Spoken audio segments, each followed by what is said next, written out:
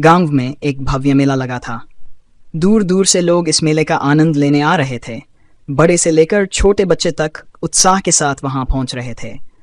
यह मेला इतने दिनों तक चलता था कि यहां तक कि उस राज्य का राजा भी इसे देखने आता था।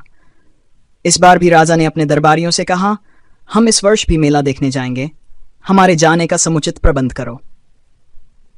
राजा के आगमन का सारा प्रबंध हो गया।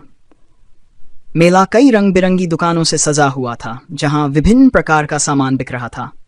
एक कोने में एक बूढ़ा अपाहिज व्यक्ति बैठा था जो बहुत गरीब था और अपना छोटा मोटा सामान बेचने आया था। राजा मेले में घूमते हुए वहां पहुंचा।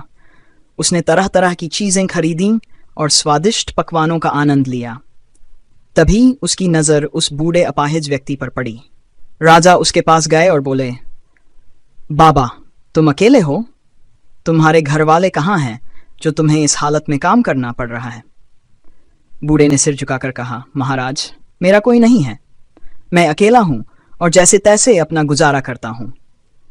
यह सुनकर राजा को दया आ गई। उन्होंने बूढ़े को 1.5 सारी स्वर्ण मुद्राएं दी और उसका सारा सामान खरीद लिया। इस घटना को एक लालची व्यक्ति देख रहा था, जिसने भी मेले में अपनी दुकान लगाई थी। लालच में आकर उसने सोचा, अगर मैं भी अपाहिज बन जाऊं तो राजा मुझ पर भी दया करेंगे और मुझे भी स्वर्ण मुद्राएं मिलेंगी। वह व्यक्ति अपनी दुकान पर गया और अपाहिज बनने का नाटक करते हुए बैठ गया। थोड़ी देर बाद राजा उसकी दुकान पर पहुंचे।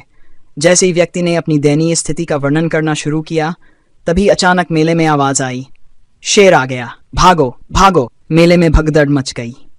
राजा के मंत्री उन्हें चारों ओर से सुरक्षित करने लगे। ये देखकर लालची व्यक्ति जो अपाहिज बनने का नाटक कर रहा था, घबरा कर दौड़ने लगा। राजा ने देखा कि वह आसानी से चल सकता है। राजा ने तुरंत उसे पकड़े जाने का आदेश दिया। बाद में पता चला कि मेले में बच्चों द्वारा शेर के रूप में एक नाटक हो रहा था। लालची व्यक्ति अब फंस चुका था। उसने राजा के सामने हाथ जोड़कर माफी मांगी। राजा, जो कि दयालु थे, ने उसे चेतावनी देकर छोड़ दिया और समझाया, कभी भी लालच नहीं करना चाहिए, यह तुम्हें हमेशा बुरे परिणामों में फंसा देगा। शिक्षा, लालच कभी नहीं करना चाहिए। लालच व्यक्ति को बुरी स्थिति में डाल देता है।